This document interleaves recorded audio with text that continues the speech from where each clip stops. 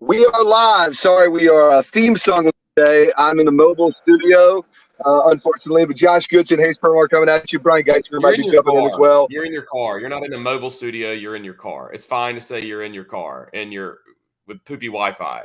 It's fine. I'm in the remote studio. Should I do the local news thing and have somebody drive me around? And then I could be like, I assure you, I am not operating the vehicle. We're all good. When did that become a thing? When did that become a thing? There's rain and there's bad storms, and so now we're gonna tell everybody how bad it is, but we're gonna send somebody to drive in the middle of it. I feel like that's just become a thing. No, Just for like normal rainstorms. no, that's been around for a while. I'm telling you. Well, Because it was no, not. I don't mean like for hurricanes. It's been around, right? Hurricanes. We're gonna have everybody. We're gonna have somebody in Wrightsville. We're gonna have somebody in Topsail.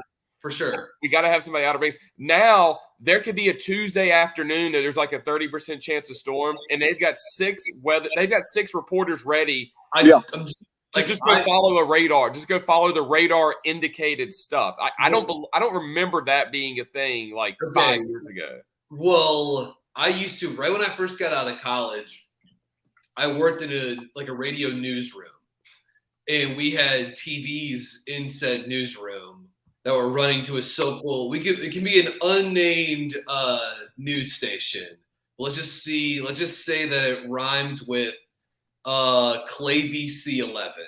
And for rainstorms, yes, they would take those yellow like SUVs that they have, and they would be, it would be them driving around 440 or whatever, being like, nope, it hasn't started raining yet, but maybe 30% chance that it's going to. So like I used to see that every other day, basically. So maybe some other stations have like started doing it more frequently, but I know ABC 11 was definitely. This isn't like 2014.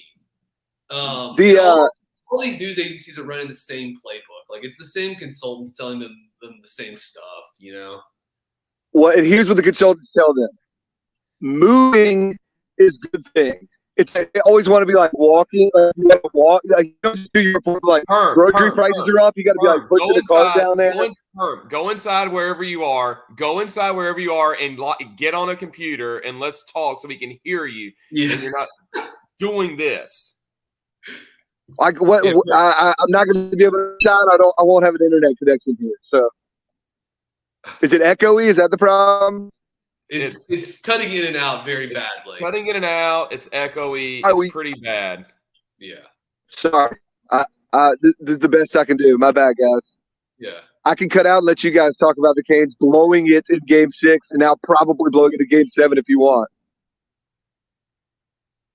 I didn't see a second of Game 6. Love that. I love that.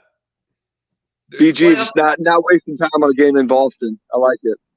I was too busy watching Chris Paul and the Phoenix Suns eat shit last night against the Dallas Mavericks. Perm service seems to be doing a little bit better here. Okay. Like it seems a little bit more clear. I will say as far as the Canes go, I'm still very much like I can't really tell what should or shouldn't be a penalty when it comes to hockey. I still think 90% of the goals are like have some luck attributed to it, right? Whether it's just a weird bounce that leads to a great pass or whatever. But last night, especially, I think once the Canes actually had a 5-on-3 power play, and then after that, when I can see that another team is just beating the hell out of somebody in a hockey game, then you're getting the hell beat out of you. And the Canes just like they stunk when they had the 5-on-3 advantage and decided not to have any shots on that advantage. Then just absolutely stunk after that. If I can watch the game and be like, this team is way, way, way better than this other team, that's a problem. Okay, I do want to bring something to the forefront. Maybe you guys touched on this earlier in the week and I missed it. But I know this is something we were texting about after, I think it was Game 4 in Boston. The fact, like, it is way too extreme of a penalty in the NHL that for a challenge, a play that you challenge. Did you guys talk about this earlier in the week? Okay, so never mind. I was not a part of Monday's show, so I missed that. But Then we don't have to go down that path. But I just did want to touch on that at some point. It's insane that the NHL has that policy that like a missed challenge call can turn into a power play. Like that really did like upend this series, in a weird way. Like what happened in game 4. Was last night so bad that you guys are really worried about game 7 too? Yes. Really? Yes. Like Boston scored Marchand. It was a kind of a crappy way for him to get the puck, but he scored a great goal, right? The goal he scored was just a great shot. But after that, like the Canes hit the post twice and still looked like it still felt like, okay, this is just like it's a hockey game. Like they scored a good goal. That was great. But seriously, the Canes had a 5-on-3 advantage for like a minute, which then after that, they would have basically like 3 minutes of power play in a row. And they did not do anything. Like they were just passing it around the outside. And they weren't like a lot of hockey involves like just put the puck on net and see what happens to the puck once it gets there. There's too many bodies. Yeah. And when you literally have two more bodies than the other team, you need to put pucks on the net. They didn't do it, and they just like looked awful during those power plays. And I felt like those 3 minutes in the second period were like, if you felt like I don't even think the Canes had to score necessarily to feel like they would be like okay, but they had zero like chances of scoring. It was like not even so much they didn't score; they just looked like they had zero like they weren't trying to score, and they were like these guys are never going to score. And once that power play was over, it was a wrap. And then it just looked like watching that, and then everything after that, it made me think. Now, mind you, we've seen the Canes come back home and play great and be like literally a totally different team. But the last thing I've seen in my brain is the last 30 minutes or so of the game last night, which is like, yo, I don't care if Boston like doesn't have the second, they can't change till after the Canes, right? Because that's part of like being the home team and the away team. Like, I don't care about that anymore in game 7. Like they are so much better than the Canes that it won't matter. And that's kind of how I feel going into game 7. It was kind of alarming that the game was like that. I agree with Goodson, and somebody put your hand up if I sound terrible and I'm not worth listening to.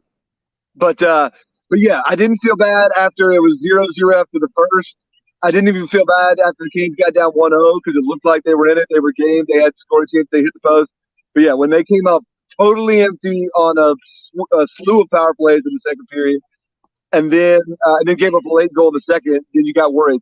And then also, like Goodson, it's less about if you told me if the joke about the series had to start, if literally the Canes-Bruins were just playing one game in Raleigh, I'd be like, I'll take the Canes.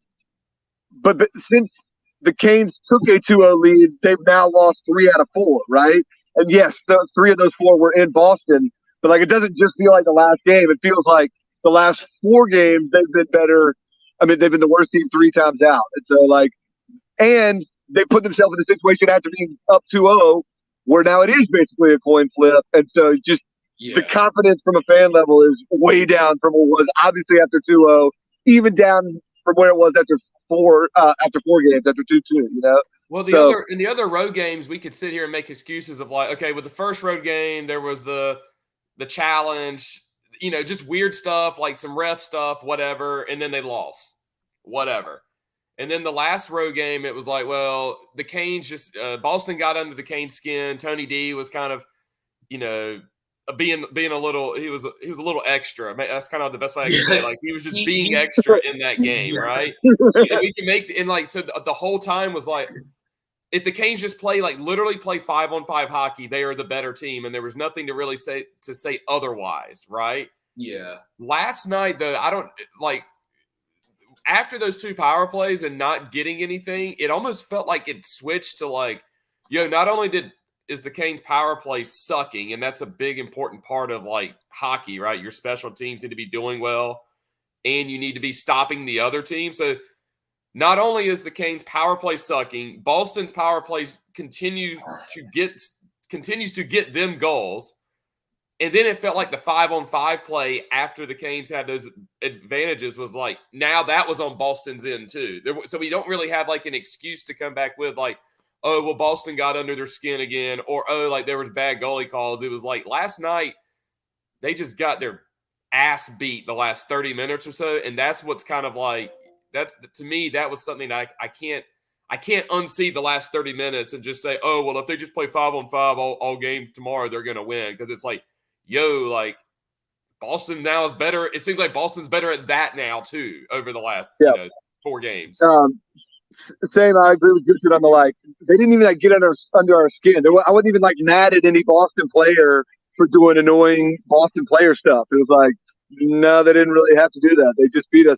The only thing that was annoying was the Boston crowd booing Tony D'Angelo as if he were a visiting black baseball player. It was weird to see him treat a white guy like that. Normally the Boston crowd's booing different color players, but it is funny for them just to decide, all right, you beef with Marshawn, so now you're just getting the boo treatment the whole time. I'm seeing this in the comments from several people, and obviously there was a lot of talk on Twitter of this. Aho was terrible, and I'm not drawing any conclusions. I'm just telling you two things that were true. The Aho thing is like kind of back to the point where, like, if me and you, Hayes Permar, can watch that game and be like, yo, this dude stinks, then he's probably stinking, because we don't really know what we're looking for anyways. And like, you could just watch on the ice, but it's like, yo, why is this our best? This is our best player? That ain't good. A huge moment, I think, when the Canes were down 2-1, Svetch had scored, which was cool to get him off the schneid. And it felt like the Canes were challenging. I think they were about to have a rush, maybe a 3-on-2 going the other way. And Aho made a bad pass at the blue line that it didn't go directly to a goal, but I think in that possession it led to a goal. So the thing I was going to say earlier is Aho took a hard hit to the head, and Aho played a very bad game after that. I do not know if those two are related. I'm just saying that's the fact of those two things happen. Now, again, I don't know behind the scenes. Obviously, doctors check all that stuff. I'm sure he's cleared to play. But whatever it was, whether it was he didn't play well in Boston, I don't know whatever, he was not Game 6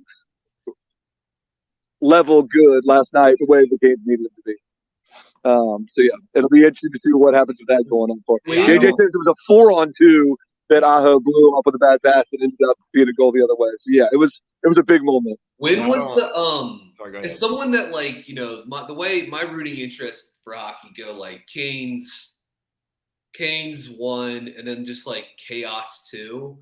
So to have like a Game 7 is kind of cool. Like having a Game 7 in Raleigh, having a Game 7, like I live like 7 minutes from PNC Arena, so like it is kind of cool that there's gonna be like a Game 7 within walking distance from my house, which is kind of cool. But when was the last I love the way you described that. When was the last time there was a Game 7 in Raleigh? It was the 2006 when they clinched the cup. That was the last Game 7 in Raleigh. Wow. Because they obviously they played a Game 7 against Washington in 2019, but that was on the road. But so it'll be home ice for a Game 7. Like it's going to be nuts. Like it's gonna be drunk and stupid and anxiety, and I probably don't feel comfortable having that in a building with so much NC State lore hanging around. That's not summoning up all of the good omens and vibes that are probably necessary. But that is going to be kind of cool that it's a Game 7, like in the first round. Like you got max chaos already, just to like hopefully advance to the second round of the playoffs. Right, and that's the thing. What you just said at the end, it's like this is literally just to make the Eastern Conference semifinals. For whatever reason, I don't know. And again, I've never been to NBA playoffs, so I don't have anything to judge it off of. I've never gone to like baseball playoffs, so I have nothing to judge it off of. But there is something like people will like try to tell you like, yo, playoff hockey is just different, right? You hear that? Like I think that's kind of true, just because the amount of goals or the amount of points scored in the actual game are just so fewer and far between than like an NBA game, right? Like NBA games happen all the time where like if a team's down 15 points in the first half, you're kind of like, okay, they're probably going to come back and we're going to have a game. Whereas like if a team's down 3-0 in hockey, you're like, yo, we're dead. We're not winning. Yeah. This game is over. This is a wasted opportunity. We stink. And I think just the finality of like every goal means so much in like playoff hockey in every single game. Like I was sitting there thinking outside, I was like, this is awesome that we have a game 7, but literally I've joked before, like they have to win 12 more games after tomorrow, even if they win tomorrow to win the whole Stanley Cup. Yeah, it's like, how is that possible? I felt like they just used up a whole playoffs worth of emotions and momentum and like swings in like the last week or so. Yeah. This does make me think of the old John Boyce tweet, just from April 16th, 2014. And this is the tweet from John Boyce, quote, why watch overtime playoff hockey when you can simply snort cocaine and ride a motorcycle out of a helicopter? So looking forward to Game 7 here on home ice here. But maybe we needed. I joked in the Slack that Swain couldn't come on. I was like, good, because like I couldn't like have you on here telling us again like the Canes are fine like after last night. But maybe I actually probably need some of that, because I do not feel good about the game tomorrow. Like just from a pure hockey X's and O's standpoint, and if you want to believe in momentum and all that junk, like I don't care that they won the first 3 home games. Do not care. All right. Well, JJ's got your confidence right here. They're the anti-NC State. Canes never lost a game 7. Never lost, baby. So lock it up. It's gonna happen. Canes got it. It's done. And so it looks like, according to Jeff Goodman, it looks like Steve Forbes is going to be one of the people on the siren. Steve Forbes, not the billionaire, the head coach, the ACC Coach of the Year. Steve Forbes from Wake Forest. Do we know who the other 2 siren sounders are? They gotta have some. We gotta have some big names coming in, right? There should but, be. But is it like penalty shots where like you don't save your best dudes for game 7 because you may not get to use them? You got to deploy your big guns in the first few games, so then you get left with somebody that's like. But like, yeah, in a soccer match, like if you're 5'5", it might be your 8th or 9th dude that's kicking the critical kick, but that's just what you're left with, because you know. So Steve Forbes is who we got. So maybe Cooper, maybe Roy Cooper to do one of the. Yeah, I could see Roy. I could see that. I could not see Kevin Keats. That'd be big in primary season. What? He might make a couple endorsements while he's there. He should. Primary season. He might set to. He was voting. He voted this week at the Chavis Center in downtown Raleigh. He'll vote again next week too, I'm sure. So. Well, that closes this week. I'm gonna bounce. I'm gonna let y'all finish up. Okay. All right. Goodson, is there anything else we need to talk about? Did you get some Jack Chambers discussion in earlier this week? No Jack Chambers, no DJ Burns. Okay. I like the DJ Burns edition. I've like come around on it. Okay, talk me into it, because all I see is like a big dude who like can score, but that's about it. And he did it in the Big South. Big South. So he was initially at Tennessee. Like he was like a legit Power 6 conference recruit, top 100 recruit out of high school. Okay. Never suited up at Tennessee, left, went to Winthrop. And like, look, I've called a fair amount of Big South games the last couple of years at High Point or UNC Asheville. So I've seen a fair amount of DJ Burns. And like, I think the way you described him is like, he is that. Like, he's nothing more than that. Like, he's like wide, like, you know, low post player that can really score like inside of 16 to 17 feet. Like, doesn't have a 3-point shot. And so on some levels, like, he's a weird fit for State, because like most of NC State's big guys under Kevin Keats, they have a certain look, right? Yeah. They're like tall run jump guys. Tall and thin type. Thin, yeah, and they're there to set screens and dive to the rim. And like, yeah, certainly like, you know, NC State, they've run some post ups for Manny Bates and DJ Funderburk. They ran basically, obviously, no surprise, they ran no post-ups this year for guys like Ross and Dewana. But Burns is a guy that I think is going to allow them to, when he's on the court, like they can just differentiate the offense a little bit. Like I think he can simplify stuff as opposed to it having to be dribble, ball screen, dribble, jump shot. It gives you a guy that you can just throw it to him on the block. And if he can like score enough efficiently, then all of a sudden he can command a double team and you can play out of that. And so I kind of like that. Like, and I know he's never been a guy that's played a lot of minutes. Like he only played 21 minutes per game this past season, and that was by far and away the most of his career. I kind of think that's okay, actually, because he's going to allow them when he's on the court. They can slow it down. They can play more half court, and they can run some stuff through the post. And then you also can't play him with like Dewana and Ross. You know what I mean? Like that's the other thing. Like I don't think maybe they're going to have to just because of like what the front court and wing rotation looks like at State. Right. But I think I and like a bunch of fans probably do this thing where we get caught up in the UNC is bringing back Armando Bacot, who everyone thinks is like, not everyone thinks it's reality. He's a top 5 player in college basketball probably next year, maybe the best big man, right? Yeah, right. So whenever like I think a lot of fans get caught up in the, oh cool, well they still got Bacot. It's like, well the good thing is we don't play UNC 38 times a year. Twice. Like you play them twice, and then like so then when you start looking at the other rosters and such, you're like, this guy's probably going to be. He may not be great against Armando Bacot, but against like 90% of the other teams you play. Yeah, State might have an advantage on the, in certain lineups and against certain teams because of this guy. Sure. And he also is the guy. When it comes to transfers, I think everyone, and again, myself included, you get caught up with where they played, and then you get caught up with what other people have coming back, and it's like they're not like in a vacuum. They're Agreed completely. And I'll say this too: like Burns is the kind of guy that in the span of a 4-minute stretch.